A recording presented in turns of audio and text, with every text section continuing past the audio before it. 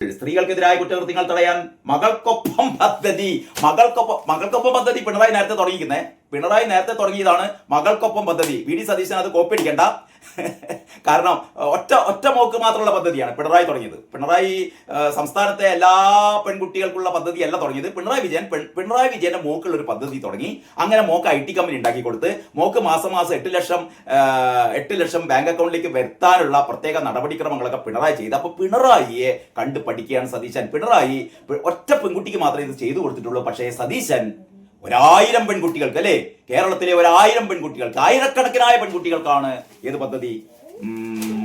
മകൾക്കൊപ്പം പദ്ധതി.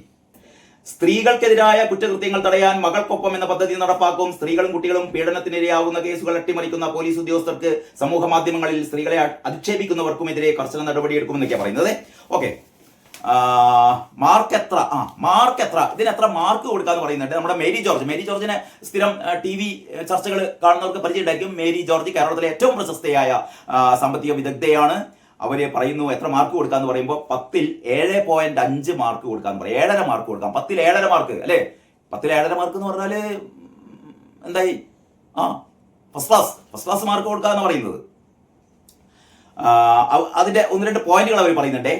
സാമ്പ്രദായിക ബഡ്ജറ്റ് ഭാഷയും പ്രയോഗങ്ങളും ഒഴിവാക്കിയുള്ള ജൻസി ബഡ്ജറ്റ്. മേരി ജോർജ് പറയാണ്. വിഭവ സമാഹരണത്തിനായുള്ള പ്രവാസി ട്രസ്റ്റ് ഫണ്ട് രൂപീകരണം. വയനാട് ട്രൈബൽ സർവകലാശാല ആരംഭിക്കാനുള്ള തീരുമാനം.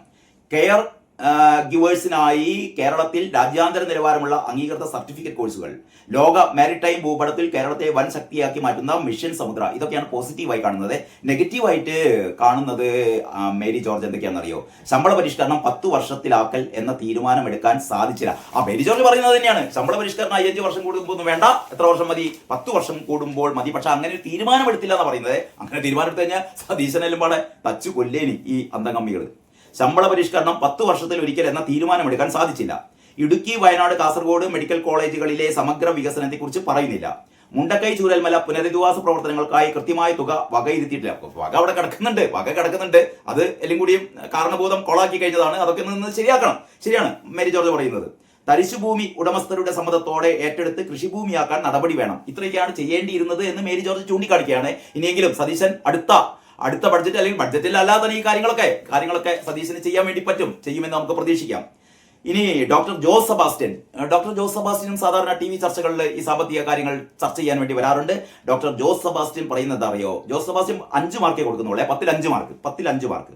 എന്നിട്ട് പോസിറ്റീവായ കാര്യങ്ങൾ പറയുന്നു. മിഷൻ സമുദ്രയിലൂടെ തുറമുഖ മേഖലയിലെ കേരളത്തിന്റെ സാധ്യതകൾ, അത് പ്രയോജനപ്പെടുത്താനുള്ള പദ്ധതികൾ. ഭൂമി ഏറ്റെടുക്കലിനുള്ള ഏകജാല പദ്ധതി. സാങ്കേതിക വിദ്യയിൽ അധിഷ്ഠിതമായ കേരള സമ്പദ് വ്യവസ്ഥയെ മാറ്റിയെടുക്കാനുള്ള നിർദ്ദേശങ്ങൾ. വിദ്യാഭ്യാസം, ആരോഗ്യം, ടൂറിസം മേഖലകളിൽ സ്വകാര്യ നിക്ഷേപം ആകർഷിക്കാനുള്ള നിർദ്ദേശങ്ങൾ. ഇതൊക്കെ വളരെ പോസിറ്റീവാണ്. നെഗറ്റീവ് പറയുന്നത് ധവളപത്രം പുറത്തുകൊണ്ടുവന്ന സാമ്പത്തിക പ്രതിസന്ധിയെ മറികടക്കാനുള്ള വിഭവ സമാഹരണ നിർദ്ദേശങ്ങളില്ല. അതുമൂലം ഭൂരിപക്ഷം നിർദ്ദേശങ്ങളും പദ്ധതികളും കടലാസിൽ അവസാനിക്കുമെന്നാണ് ഇദ്ദേഹം ഭയപ്പെടുന്നത്. ബഡ്ജറ്റ് എന്ന സുപ്രധാന രേഖയിൽ ജനങ്ങൾക്കുള്ള വിശ്വാസം നഷ്ടപ്പെടുത്തി. വരും വർഷങ്ങളിൽ വിഭവ സമാഹരണ ശ്രമങ്ങൾ കൂടുതൽ ദുഷ്കരമാകും.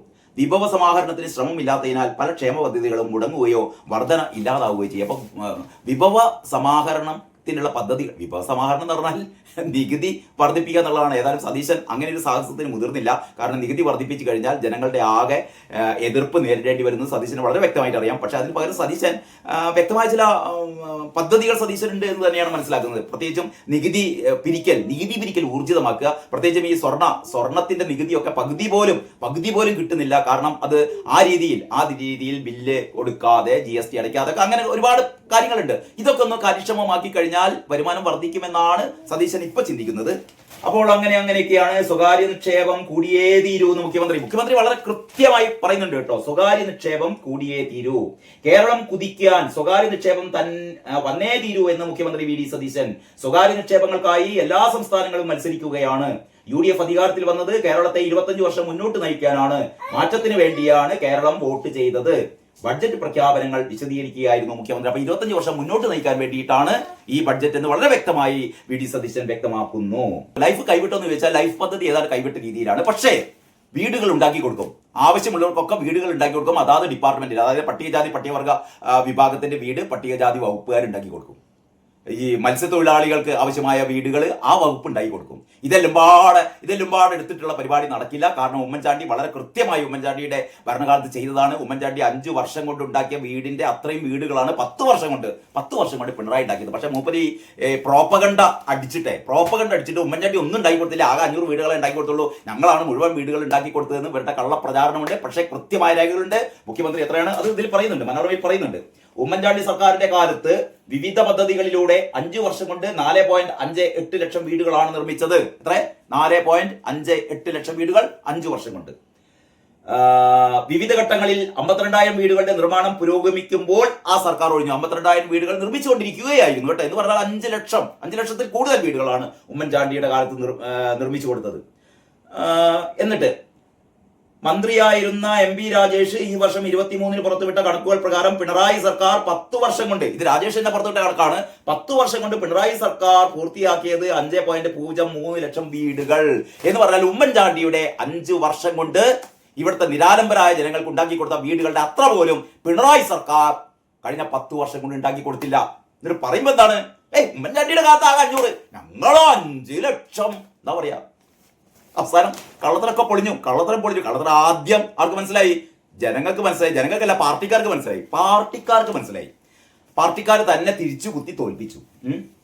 അപ്പൊ ഏതായാലും ലൈഫ് പദ്ധതി, അതായത് ഇപ്പൊ പറയുന്നത് എന്താ അറിയോ? പട്ടികജാതി പട്ടികവർഗ വിഭാഗങ്ങൾക്കായി പുതിയ ഭവന പദ്ധതിയും മത്സ്യത്തൊഴിലാളികൾക്കായി പ്രത്യേക ഭവന പദ്ധതിയും നടപ്പാക്കുമെന്നാണ് പ്രഖ്യാപനം. എന്ന് പറഞ്ഞാൽ ഓരോ വിഭാഗത്തിനും പ്രത്യേകം എന്താ കുറേ കൂടി അത് കോൺസെൻട്രേറ്റ് ചെയ്യാൻ പറ്റും അല്ലേ? കാരണം ഒന്നിച്ച് അൽക്കുത്തായി കിടന്നാൽ ഇപ്പം തന്നെ പറയുന്നുണ്ട് പട്ടിക വിഭാഗങ്ങൾക്ക് അർഹമായ പരിഗണന കിട്ടിയിട്ടില്ല ലൈഫ് പദ്ധതിയിൽ, അല്ലെങ്കിൽ ഈ തീരദേശത്തെ മത്സ്യത്തൊഴിലാളികൾക്ക് അർഹമായ പരിഗണന കിട്ടിയിട്ടില്ല എന്നൊക്കെ പറയുന്നു. അപ്പോൾ അർഹമായ പരിഗണന കിട്ടാൻ വേണ്ടിയിട്ട് അതാത് വകുപ്പുകൾ അവിടെ ആർക്കൊക്കെയാണോ വീടുകൾ ആവശ്യം അവർക്ക് ആവശ്യമായ വീടുകൾ വെച്ചു കൊടുക്കും. അതാണ് ആവശ്യം. അതാണ് സതീശൻ സർക്കാർ ചെയ്യുന്നത്. പിന്നെന്താണ്? ഇനി ഇതിന്റെ എഡിറ്റോറിയൽ പറയുന്നു, കരുതൽ കൊണ്ട് എഴുതിയ ബഡ്ജറ്റ് എന്നാണ്. കരുതൽ, എല്ലാവർക്കും കരുതലാണ് അല്ലേ? കരുതൽ കൊണ്ട് എഴുതിയ ബഡ്ജറ്റ്, യാഥാർത്ഥ്യബോധമുള്ള വികസന പദ്ധതികൾ, പണം കണ്ടെത്തൽ വെല്ലുവിളി. അപ്പോഴും പണം കണ്ടെത്തൽ ഒരു വെല്ലുവിളിയാണ്. ഞാൻ എഡിറ്റോറിയൽ പൂർണ്ണമായി ഞാൻ മറ്റൊരു വീഡിയോയിൽ പറയട്ടോ. കാരണം ഇന്ന് പ്രമുഖ പത്രങ്ങൾ എങ്ങനെയൊക്കെയാണ് എഡിറ്റോറിയൽ എഴുതിയത് നമുക്കൊന്ന് കമ്പയർ ചെയ്യാം. അത് അടുത്ത വീഡിയോയിൽ. ഇനി ഇതാ മറ്റൊരു ഡബിൾ സ്പ്രെഡ് ഈ 8-9 പേജുകളിൽ. പെൺ പവർ ജെൻസി വൈബ്.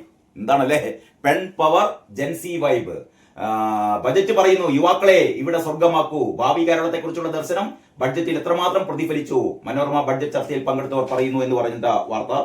പുതുതലമുറക്ക് പൂക്കി ബഡ്ജറ്റ്, യുവാക്കൾക്ക് സംരംഭങ്ങൾ തുടങ്ങാൻ 50 കോടി, യുവാക്കൾക്ക് 5 ലക്ഷം രൂപ പലിശരഹിത വായ്പ. ആ പ്രഖ്യാപനം ബഡ്ജറ്റിൽ വന്നിട്ടില്ല. ഓക്കെ.